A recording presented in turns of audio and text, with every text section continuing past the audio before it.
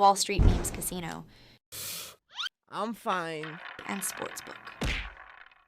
This is Oscar Bevis for IFLTV. Adam, thanks for giving us a little bit of time post-fight. We're going to keep it short and sweet, even though there's about a million things to dissect. From the absolute war between Fabio Wardley and Fraser-Clarke. Just brilliant. Just brilliant, just sensational, just everything you wanted after such an intense build-up, especially for the British and Commonwealth heavyweight title. And one of the best I've seen at domestic level, no question about it. We were just talking before we started this, and Dillian Whyte and Derek Chisora in Manchester, the AJ White fight here. I remember when Danny Williams won the title with a dislocated shoulder with one left uppercut against Mark Posser. Some great British heavyweight title fights going back to the days of Lennox Lewis and Gary Mason. But in my time, I think, we were saying it was John Rawling, Gareth A. Davis, Spencer Oliver and I, and we've all been around the sport the same sort of time. And we all thought it was one of, if not the greatest domestic heavyweight scrap we've seen in front of us live. It just didn't stop, did it? It was mesmeric from start to finish. And occasionally what it lacked for in skill, it just made up for in tenacity and resilience and defiance and all of that. I thought Fraser boxed his best ever fight as a pro by about tenfold. He was great. But how he came back, it was a heavy knockdown. Then he looked like he was going a couple of times again. He had the point deducted from him. It looked like it was all going against him, but he somehow was winning rounds, and it was just extraordinary. And I thought the draw at the end was, it was about right. But they're both winners. But I think people just feel a little shortchanged with a draw when it's announced. But actually, when it's all the dust has settled, people just remember the 36 minutes of boxing, and the two of them just cover themselves in glory. And a very, very good long rest. And we'll think about them going again. And let's hope Ben Shalom and the others double or quadruple or quintuple or whatever it is the purse, because those guys deserve it. That fight will be remembered. And obviously an early marker for fight of the year, but not just that, in British heavyweight terms. And it just shows when two guys are undefeated and they want it as much, that's what happens, and boxing's the winner. What was the hunch from the people around you? What was the final bell? What was kind of the...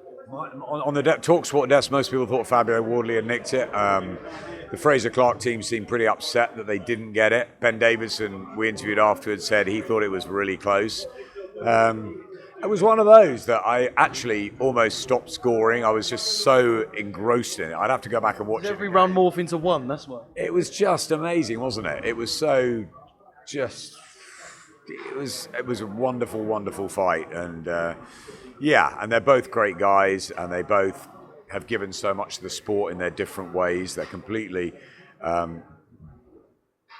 alternative routes to this stage. Like Fraser with his amateur pedigree and the security guard job. He was a security guard for AJ White. And then you've got Fabio Wardley, who had 4 white collar fights.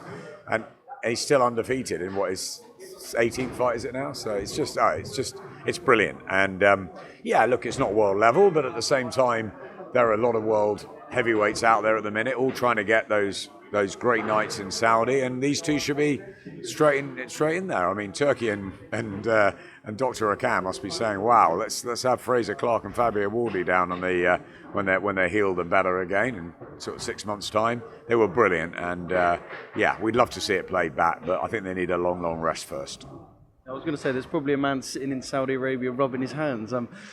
One more thing, we saw Adam Azim and Harlem Eubank go face to face tonight. Not fully confirmed, but I guess that draws a line under Adam and Dalton for now. And I think it should. I think Dalton Smith is ahead in professional terms. He's had more fights, and they're going on a slightly different path. I think Adam should just wait. I think the Harlem Eubank is a sensible fight. I think Harlem's a really improved fighter in recent years as well.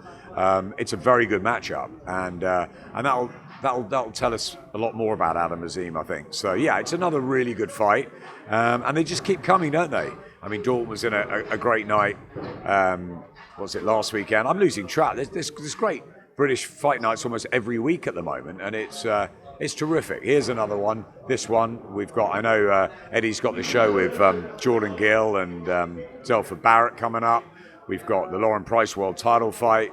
We've got our big GBM show in Sheffield on April the 20th, had a ranking fights April 27th. I mean, there's loads happening, so it's brilliant. It's great that it's happening here. It's fantastic the big heavyweight fights and nights are happening in Saudi. We can't wait for 5 against 5. Bivol Beterbiev, and obviously the big one with Fury and Usyk, but AJ back. I thought Chris Congo boxed a really lovely fight tonight as well. Lots of great stories on the card. Ben Whittaker having looked incredible for about the first sort of 6-9 minutes, and then was given a little bit of not a test really, but certainly against a very, very game opponent. I thought he was really good as a Central Area champion, wasn't he? And it was a great night.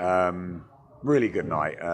Callum Simpson, I think, is going to be a really good fighter. So, yeah, it was a great show. Well done, Boxer, and everyone that put it on. But obviously, the only talking point really is the main event, and what a main event it was. Wall Street Memes Casino I'm fine. and Sportsbook.